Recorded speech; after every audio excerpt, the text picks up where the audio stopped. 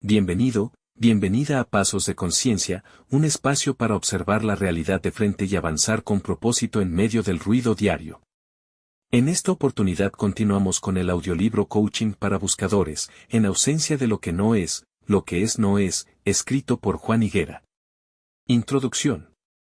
Sentado en la terraza me preguntaba cómo comenzar este libro. Este es el primer libro que escribí, a la fecha ya he publicado 5, pero para ser honesto, este mismo texto lo he reescrito prácticamente completo 3 veces en los últimos 3 años, porque ya no soy la misma persona que comenzó a escribirlo. El libro y yo hemos crecido juntos. Lo curioso es que al intentar concentrarme para encontrar la introducción perfecta, tomé el teléfono y me distraje mirando Instagram, como muchas veces al día. Lo primero que apareció fue una historia de una antigua compañera de trabajo. Verla me despertó con el recuerdo perfecto para explicar el propósito de este libro. La conocí en mi primer trabajo al llegar acá a Perth, Australia. Ella es de Londres y yo había estado de vacaciones por ahí, así que conectamos rápidamente. Casi todos los días, en los turnos que coincidían, cruzábamos saludos e intentábamos conversar un poco más. Ella aprendía español y yo practicaba mi inglés. Un día me preguntó qué haría el viernes por la noche. Me alegré muchísimo. Pensé que me invitaría a salir a solas, pues es muy guapa, y efectivamente me invitó, junto a todos los demás compañeros de trabajo. ¡Qué sad! Era su fiesta de despedida porque había tomado la decisión de irse de la ciudad. No soy feliz aquí, me dijo. Me tomó por sorpresa. Mi respuesta fue casi automática, la felicidad no está en otra ciudad ni en otro país. Ella me dijo que sí, que entendía, y que de todas formas se iba a intentarlo en otra ciudad. Perth simplemente no fue lo que esperaba. Se fue de vacaciones por el sudeste asiático, para luego instalarse a vivir en Sydney, buscando un nuevo camino. Esa historia me recordó de inmediato a la mía. Me pregunté qué le habría contestado mi yo que todavía vivía en Chile. Te entiendo, yo también me iría, porque en ese tiempo pensaba exactamente igual.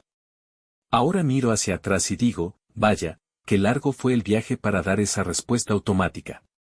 La felicidad no está en otra parte que no sea dentro de ti.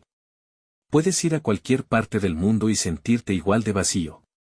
Pero fue largo el camino para darme cuenta de eso. El libro que tienes en tus manos, querido lector, es el registro de ese recorrido. Este libro ha cambiado mucho desde que lo escribí por primera vez, aunque su esencia y su propósito siempre fueron los mismos, intentar ahorrarte, en lo posible, ese viaje tan largo. O que alguna persona cercana, un familiar, un amigo, que tome este libro se ahorre un poco, no todo, pero un poco de ese trayecto, y se busque a sí mismo primero, en cualquier lugar donde esté. Puede sonar muy cliché, o muy mamón como se diga en tu país. Pero es real. Y aunque este libro pueda cortar algo del camino, recorrerlo es inevitable. No es lo mismo que alguien te cuente la ruta a vivirla tú mismo. Algunos amigos me decían que Londres es muy lindo, pero solo lo supe cuando estuve ahí. Entonces, si el viaje es inevitable, ¿para qué existe este tipo de libros? Siendo honesto, difícilmente puedo tener las respuestas de tu propio viaje, porque tu perspectiva es única. Pero si te gusta leer, este libro puede ser un compañero para esos días donde el tiempo pareciera esfumarse, donde tu cabeza no está dando vueltas por todos lados y estás presente, leyendo las páginas de un libro. Solo eso, estar presente. Si hay algo que me gustaría que te llevaras de aquí, es esto: mantente presente, lo más que puedas, en todos los días de tu vida. Porque en ese estado la conciencia crece. Y cuando tu conciencia crece, los cielos se regocijan. Alguien me dijo alguna vez que la conciencia es Dios mirándose a sí mismo. ¿Cómo no van a regocijarse los cielos? Y es que llegar a ese nivel de presencia me tomó años. Durante mucho tiempo hice exactamente lo opuesto. Al igual que mi ex compañera, busqué esa presencia en el exterior. Cuando tomé la decisión de dejar el país donde nací, los resultados de mis actos y las circunstancias me condujeron al preciso instante en que apareció esa idea en mi cabeza.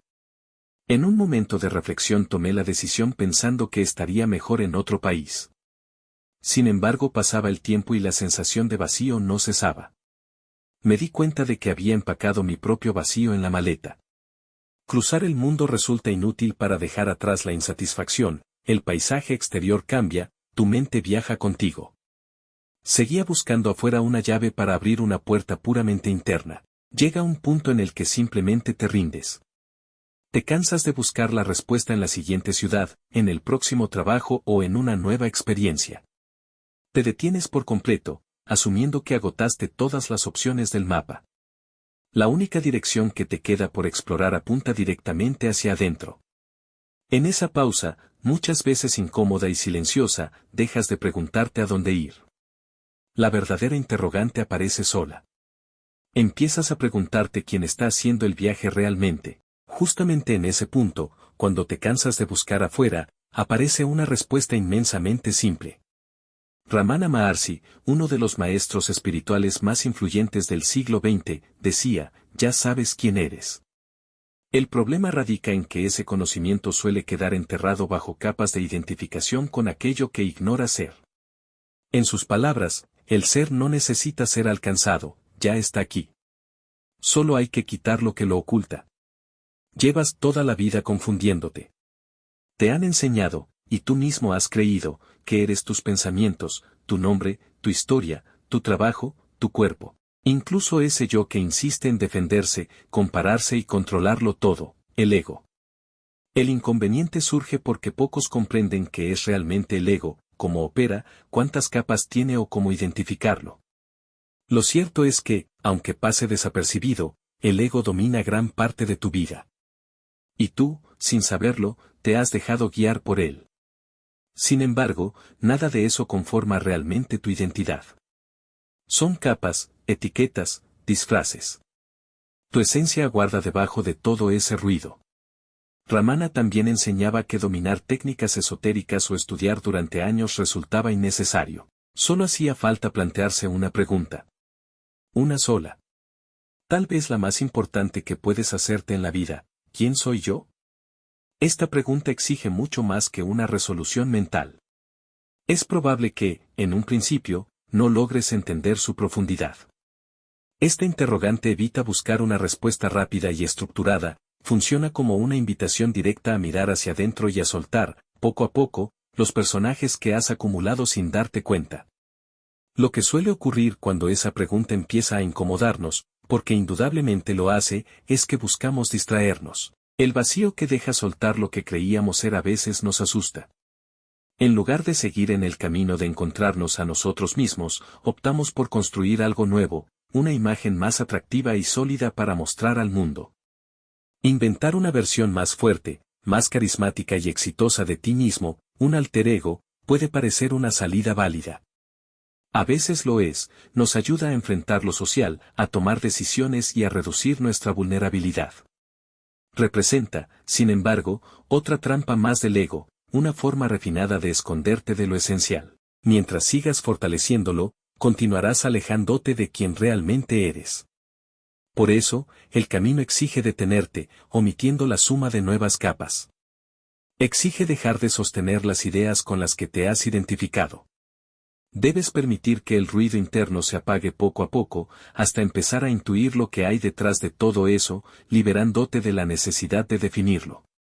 Es un proceso incómodo y, al mismo tiempo, la única vía que realmente te lleva a encontrarte. Ramana en sus enseñanzas, recopiladas en el libro ¿Quién soy yo?, señalaba que casi todos vivimos pegados a una imagen externa de nosotros mismos.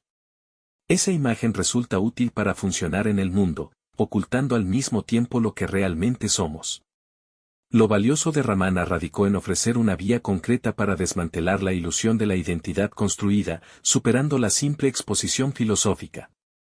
Esa fue la belleza de su enseñanza, abrir el camino a cualquier persona dispuesta a observarse con honestidad, más allá de monjes o eruditos. Su propuesta, llamada Atmavichara, o indagación del ser, funcionaba como una actitud radical de atención, trascendiendo cualquier técnica o doctrina. Consistía en observar, con total honestidad, desde donde uno vive, piensa, reacciona y se nombra a sí mismo. Este método consiste en dirigir la atención directamente hacia el origen de toda experiencia, alejándose de la simple acumulación de conocimiento. Enfocaba la mirada hacia quien la siente, apartándola de quien la piensa o la explica. Te invitaba a observar la experiencia tal como es, evitando ponerle nombre, queriendo controlarla o convirtiéndola en una forma de reafirmar una identidad. Es lo que queda cuando dejas de representar un personaje. Esa observación, sostenida con presencia, conduce directamente a una comprensión vivencial que solo puede emerger en el silencio de la mente, superando cualquier respuesta verbal o nueva idea sobre uno mismo. Ahora bien, desde otra mirada contemporánea, Carl Jung también exploró este proceso y articuló, desde el lenguaje de la psicología profunda, cómo construimos una identidad social frecuentemente diferente al yo esencial. A esa fachada la llamó persona, palabra griega que originalmente significaba máscara, como las usadas por los actores del teatro clásico para representar un personaje. Para Carl Jung, la persona es necesaria, nos permite interactuar, comunicarnos y adaptarnos. El problema empieza cuando olvidamos su naturaleza de simple herramienta. Al identificarnos completamente con ella, perdemos contacto con lo que hay detrás, el ser interno, el yo profundo, aquello que responde a vivencias reales y anula las expectativas ajenas. En ese punto, el actor ya no recuerda que está actuando. Se ha confundido tanto con su papel, que cree fervientemente que ese personaje es la totalidad de su ser. La psicoterapeuta familiar Virginia Satir observó cómo, desde niños, vamos formando esa identidad aprendida dentro del sistema familiar. Asumimos roles inconscientes para sobrevivir emocionalmente, el responsable, el perfeccionista, el distracte, la oveja negra. Todos cumplen funciones dentro de la dinámica familiar. Muchos seguimos viviendo desde esos roles décadas después, incluso cuando han perdido todo sentido. Christopher Boyas dio nombre a otro fenómeno parecido, el self asombroso. Describe cómo creamos una identidad que se adapta perfectamente a lo que se espera de nosotros, anticipándose a cada situación. Es increíblemente eficaz y también muy costosa, nos lleva a vivir desde la anticipación del otro, bloqueando nuestra propia experiencia. Al mirar atrás, muchas personas se dan cuenta de que nunca se han dado el permiso de ser ellas mismas. Ignoraban cómo hacerlo al desconocerse profundamente. Durante años estuvieron ajustándose a lo que otros esperaban y respondiendo a exigencias ajenas, habitándose desde versiones aprendidas y nunca descubiertas. En algún momento, todo este andamiaje identitario empieza a mostrar sus grietas. Las funciones que cumpliste, los papeles que adoptaste y las versiones que construiste, todas necesarias en su momento, comienzan a sentirse ajenas. Su utilidad se agota, a pesar de haber sido verdaderas en el pasado. Algo en ti empieza a tensarse, una incomodidad difícil de nombrar, una necesidad de revisar lo que has dado por hecho. Consiste en una claridad que se abre paso con el tiempo, alejándose de ser un colapso repentino. Es la certeza de que algo esencial quedó fuera de escena. Justo en ese punto, cuando todo lo que fuiste ya no te basta, la pregunta emerge de nuevo con urgencia existencial, abandonando el simple ejercicio filosófico, ¿quién soy yo? Llega justamente cuando la estructura construida empieza a ceder, trascendiendo la ocurrencia intelectual o el juego de introspección. Surge silenciosamente en momentos cotidianos donde, sin eventos graves, percibes que algo se ha desplazado dentro de ti. Existe una certeza tenue pero firme, lo que dabas por verdadero ya no se sostiene del mismo modo. Ahí comienza el quiebre, comienza como una fisura profunda, lejos de una simple crisis.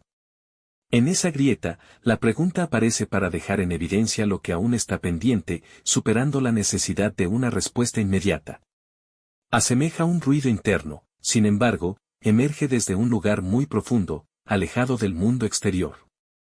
Es como si una parte de ti, largamente dormida, comenzara a abrir los ojos lo suficiente para impedir que la vida siga igual. Desconoces qué busca esa parte que está despertando. Ignora si quiere respuestas, dirección o simplemente espacio. Lo único seguro, sin poder explicarlo, es la imposibilidad de volver atrás. Entonces algo cambia en tu manera de estar presente. Empiezas a hacerte preguntas porque tu interior exige otra forma de mirar, más allá de intentar entenderlo todo. Las preguntas llegan por sí solas en la noche, frente a una puesta de sol o contemplando el mar. ¿Quién soy yo? ¿Para qué estoy aquí? ¿Esto es todo lo que hay? No todos llegan a formularse estas preguntas. No todos están dispuestos a conversar consigo mismos. Hay personas que viven tranquilas sin mirar hacia adentro, y su camino resulta igual de válido. Buscar respuestas te lleva por una ruta distinta, nada más. Estas interrogantes se presentan, casi siempre, cuando la vida va perdiendo su forma normal. Operan como indicios claros de que algo profundo ha comenzado a emerger en tu interior, lejos de ser una señal de confusión. Al principio, probablemente desconozcas qué hacer con ellas y a quién contarlas. Pueden parecer inmensas, demasiado personales o innecesarias para la vida cotidiana. Pero insisten. Se quedan. A veces se transforman o simplemente esperan el momento adecuado para hacerse escuchar con más claridad. Desde ese lugar nace este libro. Busca acompañarte en ese momento en el que decides detenerte y mirar en otra dirección. Evita imponer respuestas, convencerte de dogmas, ofrecer rutas cortas o promesas de transformación instantánea. Te invita a mirar hacia adentro, cambiando el enfoque habitual del mundo exterior. Ese instante en que algo empieza a cambiar de forma irrevocable. Ese impulso de mirar hacia adentro aparece frecuentemente porque ya no queda otro lugar a donde mirar. Cuando eso ocurre, la introspección se vuelve inevitable. Aunque el camino de cada persona es distinto, existe un rasgo común en quienes lo inician, experimentan la imposibilidad de seguir existiendo igual. Ahí comienza lo que muchas tradiciones definen como un viaje iniciático, o lo que la mitología moderna llama el viaje del héroe. En términos clásicos, constituye una travesía simbólica o real que marca el paso de un estado de conciencia a otro. Implica un proceso de transformación profunda, donde algo muere, una identidad, una forma de vivir, una certeza, una creencia, para permitir que surja lo nuevo. En muchas tradiciones espirituales, mitológicas o chamánicas, el iniciado atraviesa una experiencia que lo separa del mundo ordinario y lo enfrenta con lo desconocido, sus sombras, sus miedos, sus límites. Si logra atravesarlo, renace fortalecido. Por eso se llama iniciático, marca el inicio de una nueva forma de ver, vivir y existir. Se encarna directamente desde la experiencia, superando el simple aprendizaje intelectual. Es el mismo viaje que tantos maestros han descrito. Recuerdo a Krishnamurti, que decía, puedes recorrer todo el mundo, pero tendrás que volver a ti mismo. O a Søren Kierkegaard, el viaje más largo que puede hacer un hombre es el viaje hacia el interior de sí mismo. Todo viaje profundo te lleva, finalmente, de regreso a ti. Carece de ser un viaje evidente. Comienza en silencio y sin instrucciones. Nadie te avisa cuando cruzas esa línea invisible, una vez que lo haces, la realidad cambia para siempre. Para recorrer ese camino, aparece alguien nuevo en ti, un personaje formado casi sin darte cuenta, absolutamente necesario para habitar esta dimensión interior, el buscador. Un buscador es alguien que ha decidido dejar de engañarse. Así de simple, y así de crudo. Carece de ser alguien especial, iluminado o superior a otros. Es alguien que descubrió que algo no encaja en su vida, en el mundo o en sí mismo. Puede ignorar cómo enfrentarlo, teniendo clara la imposibilidad de seguir igual. Por eso comienza a moverse, a leer, a romper, a explorar y, por encima de todo, a perderse, asumiendo que representa la única manera de encontrarse. Faltan rutas claras cuando desaparecen las certezas a las que aferrarse. Un buscador nace porque algo se rompió, omitiendo las modas o la inspiración pasajera. Nace ante la imposibilidad de seguir actuando como si todo estuviera bien. El personaje armado para sobrevivir se convirtió en una jaula estrecha y ha perdido su utilidad. A veces, ese proceso duele. Falta un GPS, se requiere soltar lo que te sostuvo y te ves sin filtros, asumiendo lo incómodo del reflejo. Ser buscador refleja la consecuencia directa de dejar de mentirte, abandonando la idea de asumir un rol. Implica ver que tu versión pasada ha perdido sentido y es incapaz de sostener a quien ahora eres. La marcha atrás ha desaparecido. El que busca ignora frecuentemente su objetivo, teniendo la certeza absoluta de que su lugar actual es insostenible. Siempre consistió en recordar quién eras en realidad, alejándose del deseo de convertirse en alguien mejor. Tal vez por eso estás aquí ahora. Tener este libro en tus manos en este preciso momento descarta el azar. La idea de las casualidades suele sonar reconfortante para evadir la profundidad de los procesos. En la realidad, el simple azar carece de existencia. Carl Jung hablaba de sincronicidad, La aparición de hechos externos que coinciden con estados internos. Deepak Chopra lo llamó sincrodestino, el momento en que descubres que el universo te responde con señales, encuentros, libros y momentos precisos, superando las explicaciones puramente lógicas. Cada cruce tiene su tiempo. Cada mensaje llega cuando estás preparado. Si este texto apareció en tus manos ahora, ocurre porque hay en ti una parte dispuesta a escuchar y a buscar. Si estás pensando ¿y quién es para hablarme de todo esto? Está bien. Es una pregunta justa. Por eso, antes de seguir, déjame contarte algo sobre mí. Mi nombre carece de importancia frente a mi historia. Crecí en una familia sencilla y comencé temprano en la construcción, primero como ayudante de carpintero y tiempo después como maestro u oficial, dependiendo de cómo nombren a este oficio en tu país. De día trabajaba en la obra y de noche estudiaba para alcanzar la ingeniería. Tenía los sueños habituales: ascender, lograr, progresar. Seguía el camino marcado por la sociedad. Los años pasaron. Obtuve mi título de ingeniero. Más adelante, un MBA y varios diplomas universitarios. Pasé por varios proyectos, negocios y formé una familia. Por fuera, todo parecía estar en orden. Por dentro, una sensación de vacío persistente crecía en silencio. Comúnmente, evitamos cuestionarnos la existencia mientras el escenario luce perfecto, manteniéndonos anestesiados por la rutina y los logros. Las grandes preguntas suelen prescindir de grandes tragedias, a veces basta con sentarse a cuestionar el rumbo, nada más. En mi caso, todo funcionaba con relativa normalidad en Chile. Tenía trabajo, mantenía mi negocio y cumplía con mi día a día. Carecía de un motivo grave como para quejarme. El quiebre ocurrió de una forma mucho más simple. Me di cuenta de que la vida avanzaba cumpliendo las expectativas hacia afuera, pero me alejaba completamente de un rumbo con sentido. Cumplir objetivos externos resultó insuficiente. Así fue como surgió la necesidad natural de buscar una ruta distinta, algo profundo y completamente alejado de mi formación académica o profesional. En medio de esa búsqueda, apareció el coaching. Tomé una clase de prueba y la experiencia me hizo mucho sentido. Comprendí la existencia de una alternativa clara. Percibí un conocimiento completamente distinto al entregado por las carreras tradicionales, algo práctico y directo que intuía como real.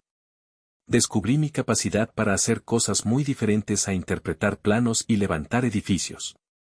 Las clases fluían porque la gente hablaba sin filtros. Lo más valioso fue rodearme de personas sinceras, con historias cotidianas y auténticas. Compartíamos el mismo cansancio por la rutina y las mismas ganas de cambiar el rumbo. Toda esa dinámica me entregó herramientas útiles y marcó una dirección definida.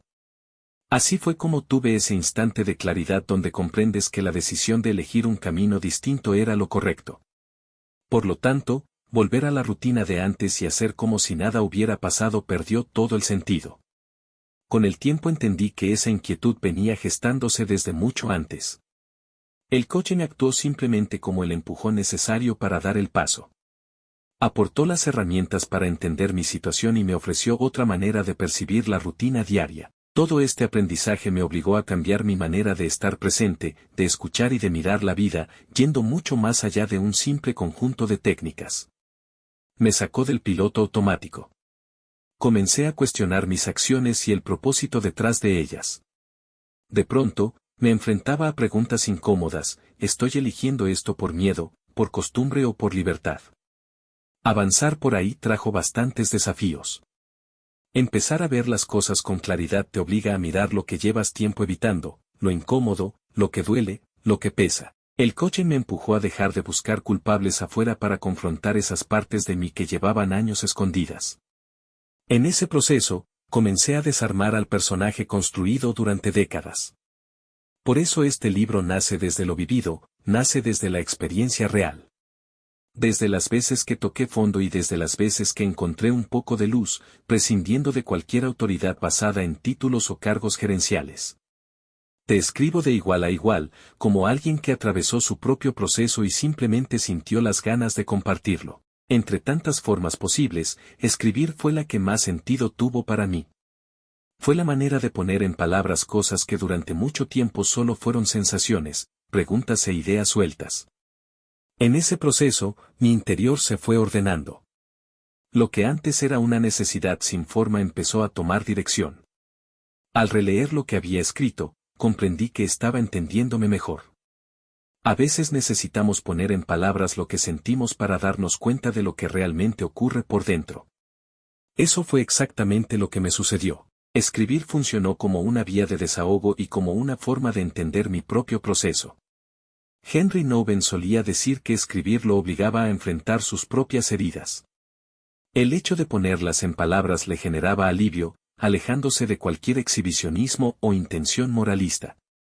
En esa honestidad, encontraba una claridad inmensa. Julia Cameron, creadora de El Camino del Artista, llevó esta idea aún más lejos con sus famosas páginas matutinas. El ejercicio consiste en escribir a mano, sin planificar y sin corregir. El objetivo apunta a vaciar la mente para dejar salir lo que realmente importa, liberándose por completo de la presión de producir literatura. Para ella, escribir de esta forma funcionaba como limpiar un cristal empañado. Poco a poco, la imagen de uno mismo se vuelve más nítida. A veces creemos que escribir requiere técnica o un título profesional, postergando el atrevimiento de soltar lo que llevamos guardado.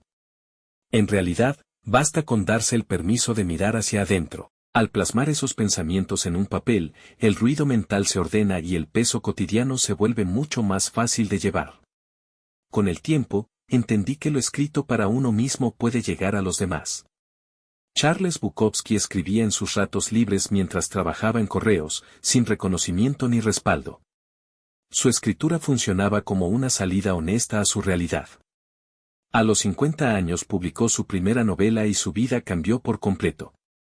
Matt Haig comenzó escribiendo sobre su depresión simplemente para entenderla y sobrevivirla. Ese ejercicio privado se convirtió en Razones para seguir viviendo, uno de los libros más leídos y honestos de nuestra época. Lo que nace como algo personal puede conectar con otras personas. Hay quienes aprecian el esfuerzo, la disciplina y las ganas de dar forma a algo valioso.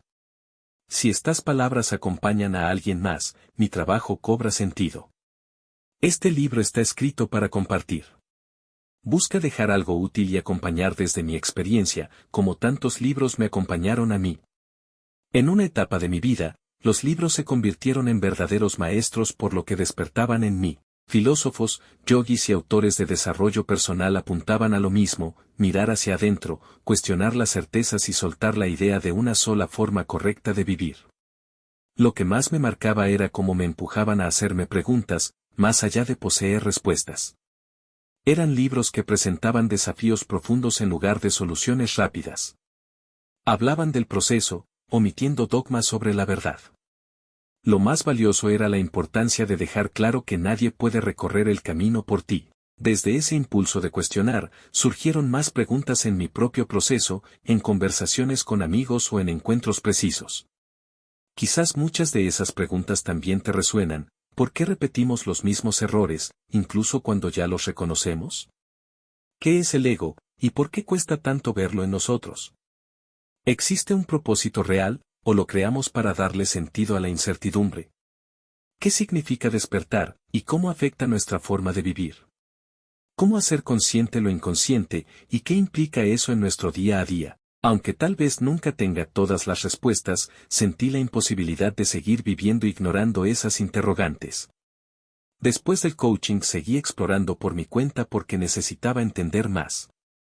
Leí y busqué respuestas, pero pronto descubrí algo fundamental: el intelecto tiene un límite. La verdadera comprensión llegó cuando experimenté.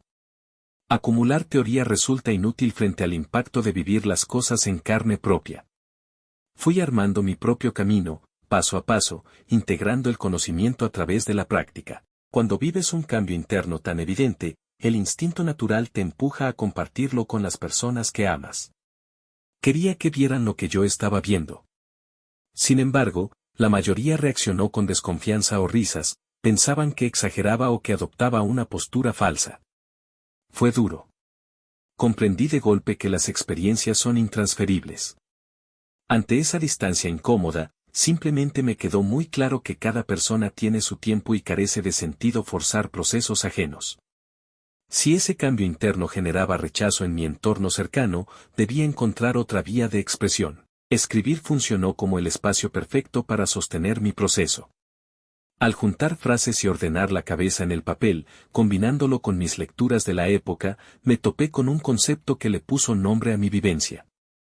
Finalmente pude comprenderlo, había experimentado un satori, un despertar fugaz, pero innegablemente real.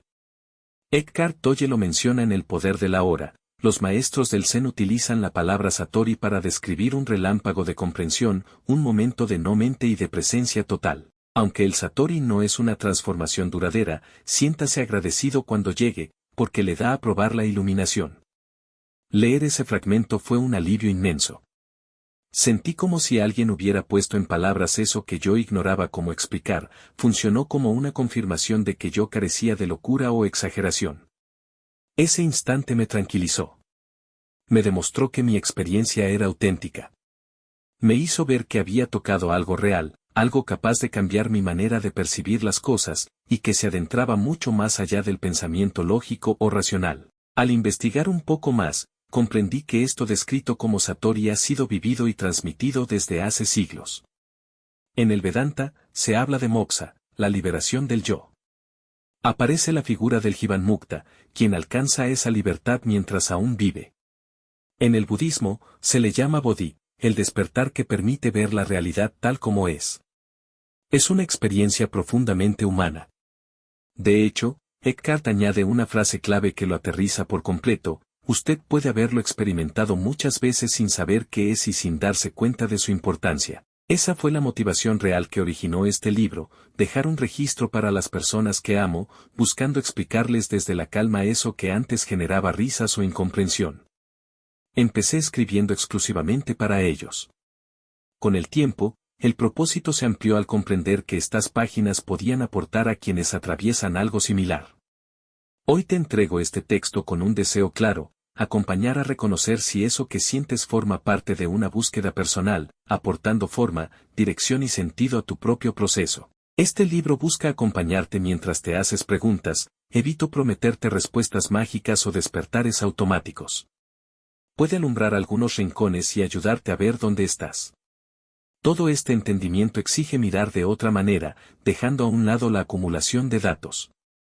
El conocimiento abarca información que puedes repetir desde la memoria. La sabiduría, en cambio, representa el conocimiento digerido, integrado y encarnado.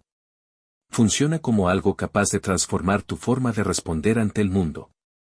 Cuestionarlo todo representa un genuino acto de valentía. Refleja la disposición a mirar con nuevos ojos, abriendo un espacio interno para observar que parte de nosotros funciona por pura inercia. Lo verdaderamente transformador se activa en ti cuando dejas de repetir y empiezas a observarte. Por eso, este texto carece de formato de manual. Encontrarás ideas diseñadas para invitarte a mirar por ti mismo. Funciona como un espejo, lo que ves depende del lugar desde donde te miras. Léelo como quien escucha una conversación entre dos seres humanos transitando el mismo viaje. Avanza sin prisa. Cuando algo te haga sentido, respira profundo. El verdadero aprendizaje se cristaliza exclusivamente en lo que logras integrar. Sin más, nos encontramos dentro. Busca primero el reino de los cielos, y todo lo demás vendrá por añadidura. Jesús de Nazaret.